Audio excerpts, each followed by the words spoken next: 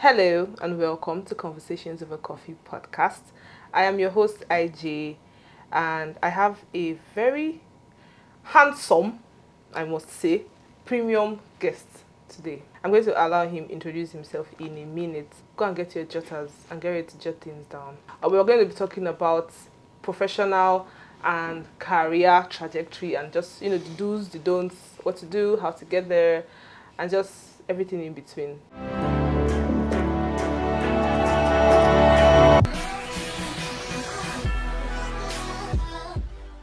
Hi, my name is Stanley Obuna. I am a medical laboratory scientist. I've been a healthcare professional for close to a decade. My scope of learning, spans from medical laboratory science to quality management in healthcare. We are currently working currently. I'm a Six Sigma Green Belt holder, and I'm trying to emphasize that. 16 continue.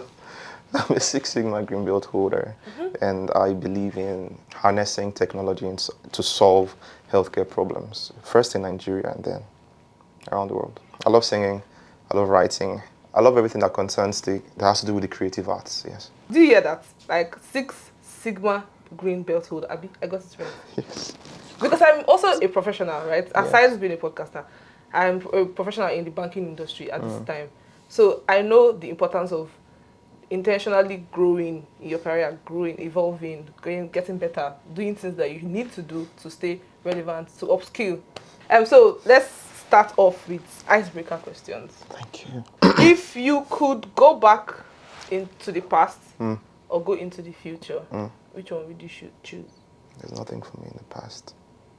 If I rush to the future, I will get there soon. So you want So I to don't know stay what in to the choose. present? God, oh. Hell! People just usually answer this question, we just choose one. Just don't think about it and just choose Anyways, one. okay, fine. I'll go back to the past. Okay, why?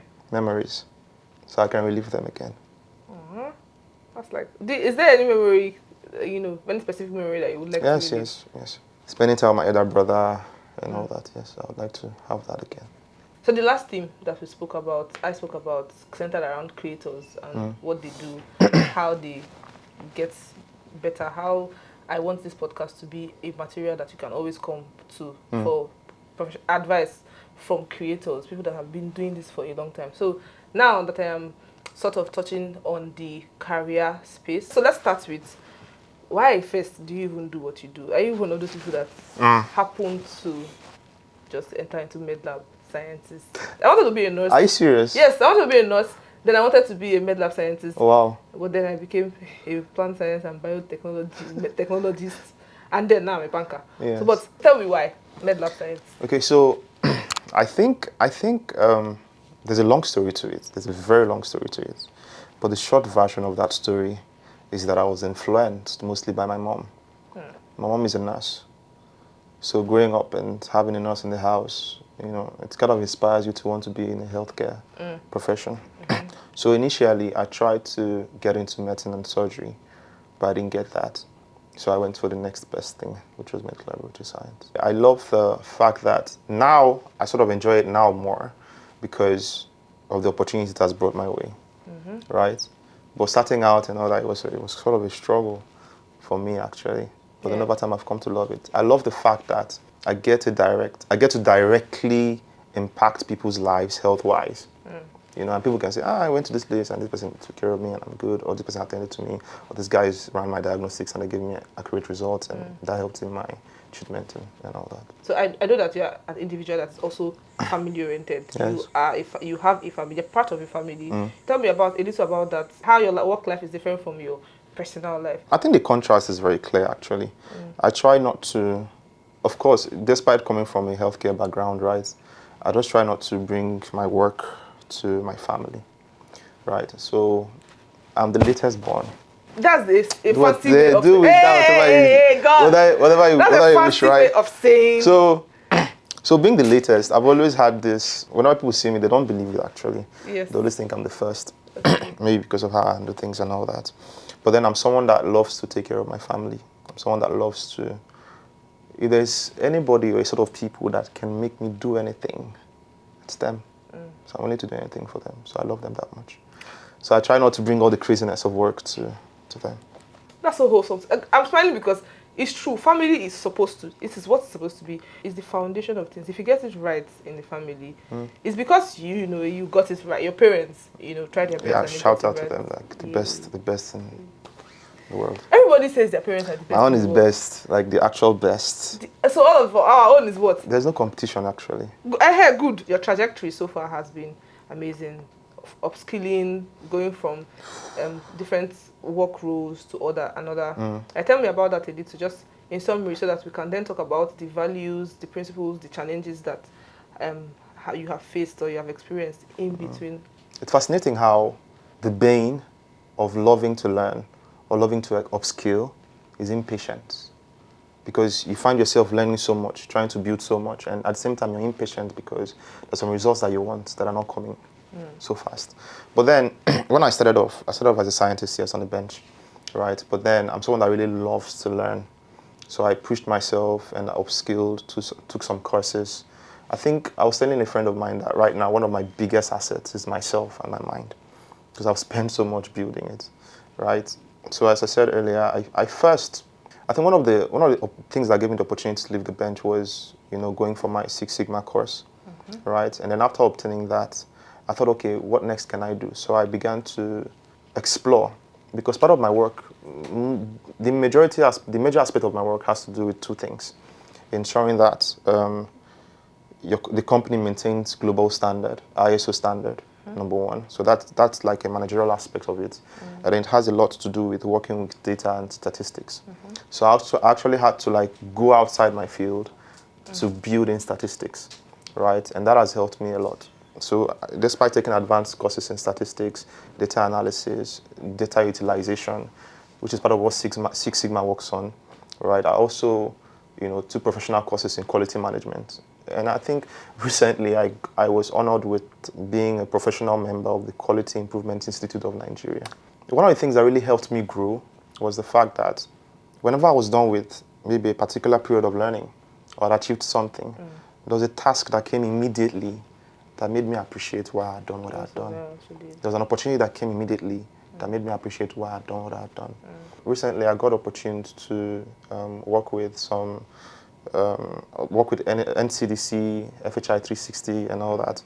And those things would not have happened if I had not finished the program I had just concluded recently. So I think that's another thing, the opportunities that come and make you feel like, okay, maybe this was worth it after all. But when I was doing it, when I was learning, I don't know how to describe it. It's just that if I stay too long without learning something, I feel like I'm dying, like something in me is going. So, but when I'm learning something crazy and I'm done with it, an opportunity comes afterwards, and that gives me hope to say, okay, so I'm not really missing it. I'm actually doing something nice. So that's what it has been so far: learning, growing, opportunities, building on that, and more. I think that learning is important, right? But then I'll ask, because anybody out there too can say, oh yeah, that's great, I like learning too. People learn terrible things too, right? But then, given that I would want that this conversation is one that would speak to Christians, right? What should I be thinking about when I decide that I want to learn something new? How does that apply to you? Like, what is your own personal experience? Because me, if I want to learn something new, it's mostly mostly tied to my job. Oh, okay, I need to get a new product certification. I need to learn something about this industry that I find interesting. Should I read about this course? Should I do this course? Should I just even learn new ways to speak to customers, right? Those are the kind of things I always tell myself I want to learn about. But what for you, how does that work? How do you decide what I want to learn about? Should it tie to your work or like your personal No, it growth? shouldn't. It shouldn't actually. I think my perspective is problem solving. I love being that guy that you can say, oh, this thing, okay, go meet Stanley. I love being that guy. Yeah. And I've been that guy right from school. Right, remember True. when I was serving and all that. You know this. We know Yeah, when I was serving. say the story. No, I don't say the story. Oh, let's my not. God. Let's not. Reopen Yes, let's old leave it there. wounds. So I've always loved that. I always loved being dependable. So that meant I had to build myself to be multifaceted. Right. So when I say I love learning, it has not always been only professional. Right. Like I said, I write. Yeah. So at some point, I was learning copywriting, video editing. I sing. I could play the keyboard. Every skill I've built so far was because there was a need. I perceived there would be a need for it. right? So even down to my profession, I love being that guy that is dependable, that I can say. So everything I've learned to in my profession is because I want to be built in such a way that I can be dependable. So when you're learning, it shouldn't just be about your profession. If you do that, you might miss out in life. So learn something fun. If you love writing, learn how to write better. If you love singing, learn how to sing better. If you love songwriting, learn how to write better songs. If your focus is on, let's say for instance, right, you're getting a course or trying to learn something so you can gain something else. It's good, but what if that doesn't come immediately? Yeah. What then happens to the skill you've Learned. right? At some point, it becomes a thorn in your flesh. So you see your certificate and you're like, why did I even waste time? Why did I waste energy doing this, right? But then, if you have a right perspective and you're okay with the fact that, okay, I think I want to learn this because it makes me better. It makes me dependable. It makes me an asset. I love being that, Yeah. I think it helps. It helps, gives you that balance. I'm hearing you say that you have been intentional about making yourself a person of value. Yes. That's very succinct, and I resonate with that because I started product management. I remember starting out product management. I had an opportunity to try it out. It's something I liked. I'm very customer oriented, so anytime I try something new, I'd want to give feedback. So I started out as that. When I got the opportunity to then apply that in product management, I had to ask myself, this thing that I want to do now, or this industry I'm about to enter, right? What do I need to know that I do not know? Yes. So that then informed my desire Decision. to try out this, try out that, learn this and learn that. But then, over time, I've also learned, okay, apart from what do I need to know, how can I offer value? How can I be a person of value? I can relate to what you say about being a dependable person. If I need this thing, ask Stanley. I'm happy that people know me in my office for different things. I remember growing up learning how to make up, be a beauty influencer. Now she's doing this and she's like our family makeup artist. Shout out to my sister, right? Shout out to ID sister. But that's something that she used to learn. We used to have we used to drag her there. Why you try makeup after makeup? Now she's like great at it and she does it effortlessly.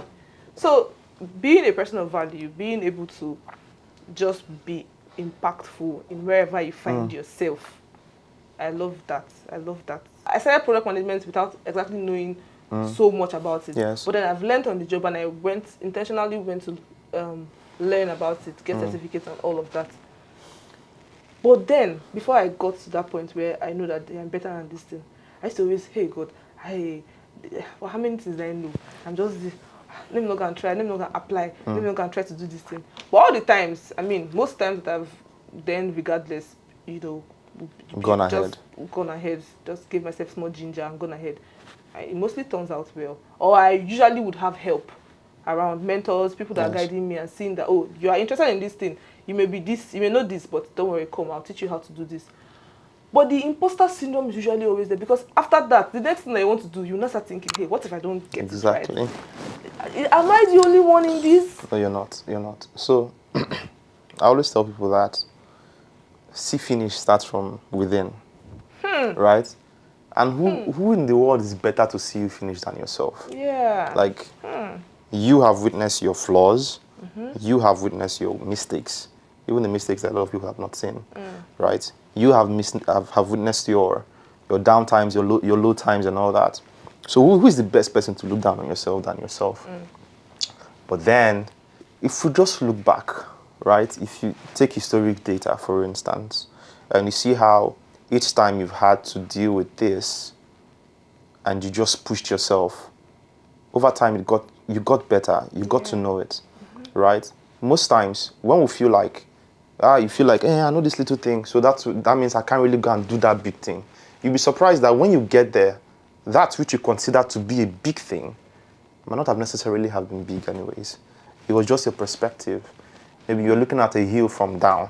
Yeah. But if you took the courage and you walked up the steps, you climbed the ladder, suddenly the hill seems like a flat surface.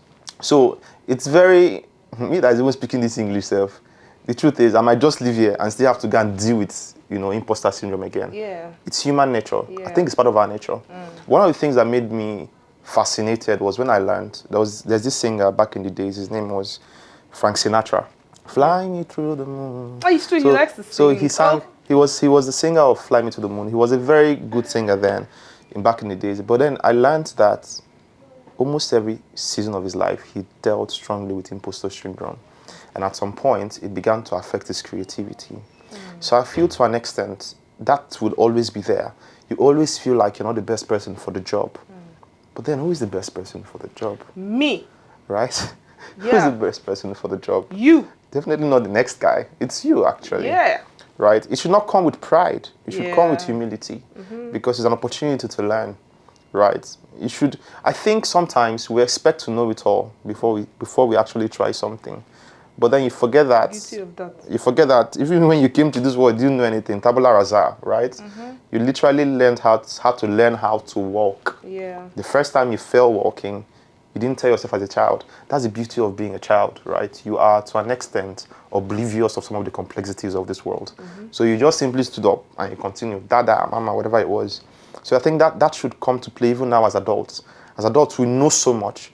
And so knowing so much has affected our thinking. That sort of made it impossible for us to take steps, for us to walk.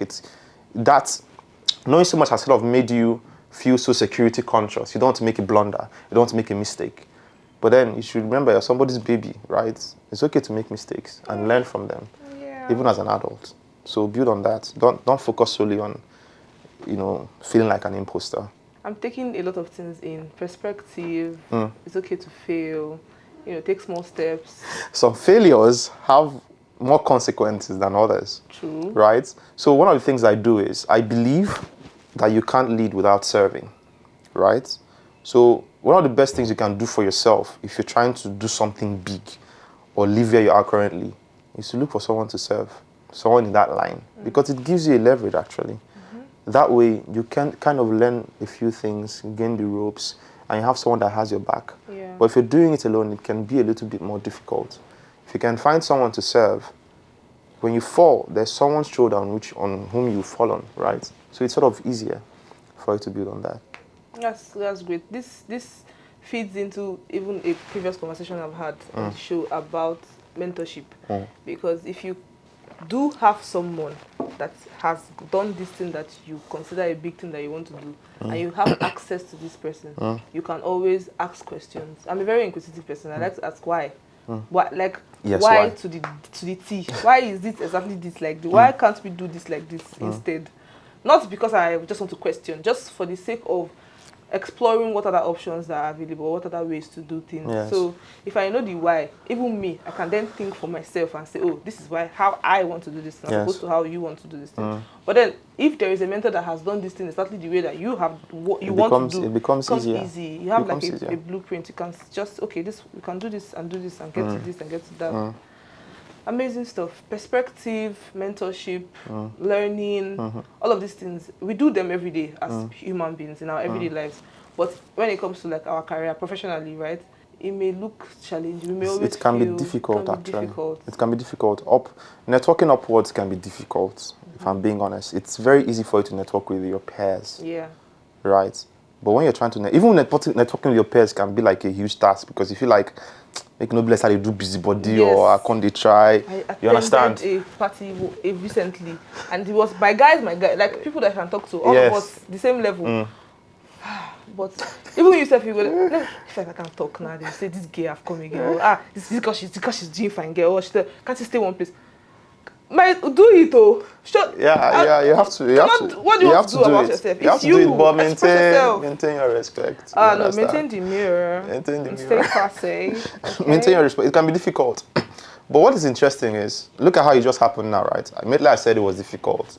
You narrated the story of how you were in the gathering with your peers, supposedly your peers, and you could not talk. What is interesting?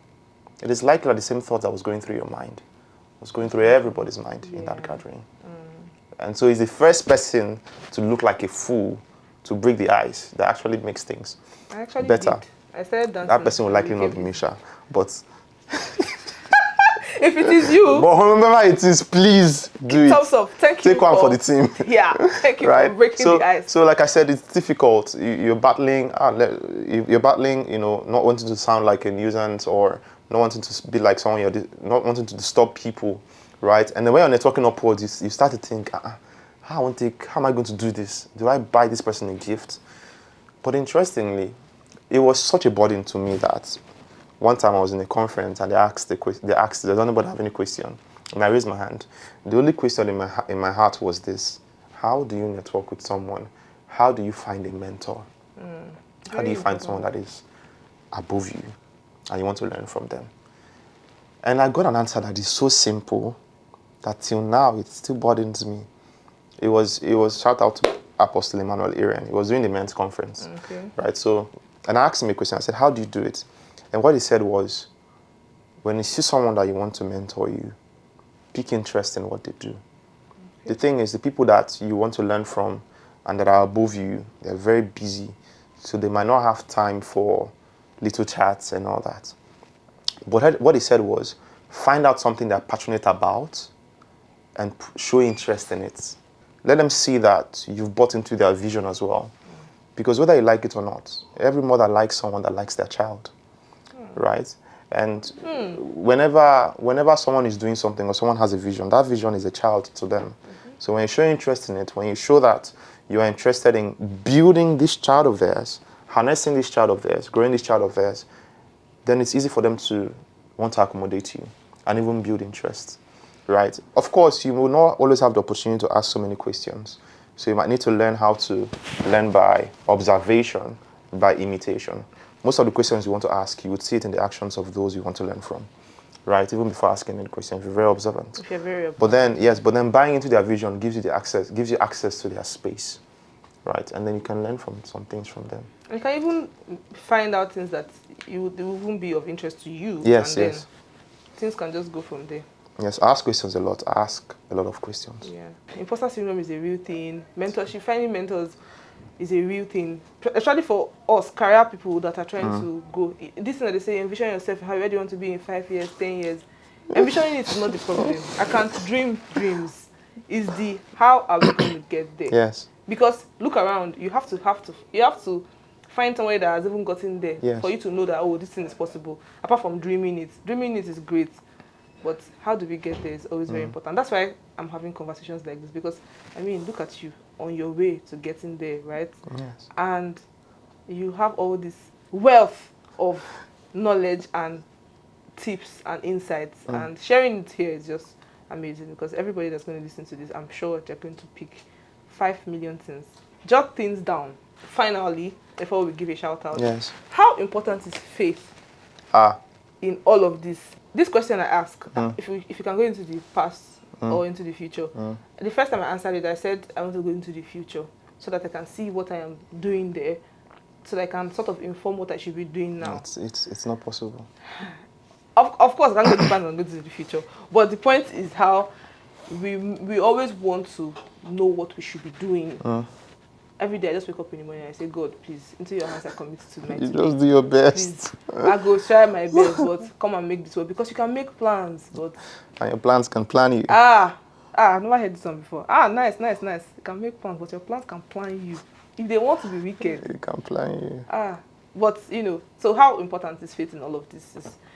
I think every man needs a center, right? And your faith has to be that center.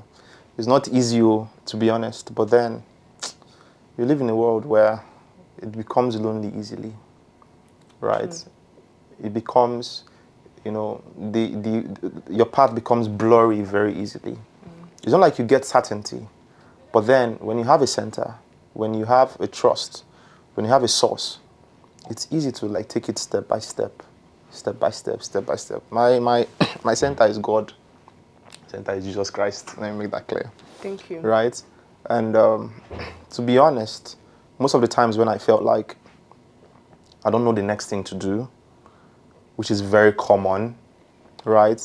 He sort of has a way of leading me, to know the next step to do. It might not be by a voice. It might just be, he just has a way of doing his thing. So a friend of mine called me this morning for my birthday, even now. A friend of mine called me this morning, and while we were talking, one of the things that he said was, suddenly the question that just came to their mind was, what do you want? It was so solemn the way they said it. And I paused because and I told the person that I don't think anyone has ever asked me this question before. I don't think anyone has ever asked me. Of course, they've asked me, what do you want for your birthday? But it's in an upscale level, like, but this sounded so deep. And I didn't know when I said I needed clarity and direction, right? Because I've only come so far.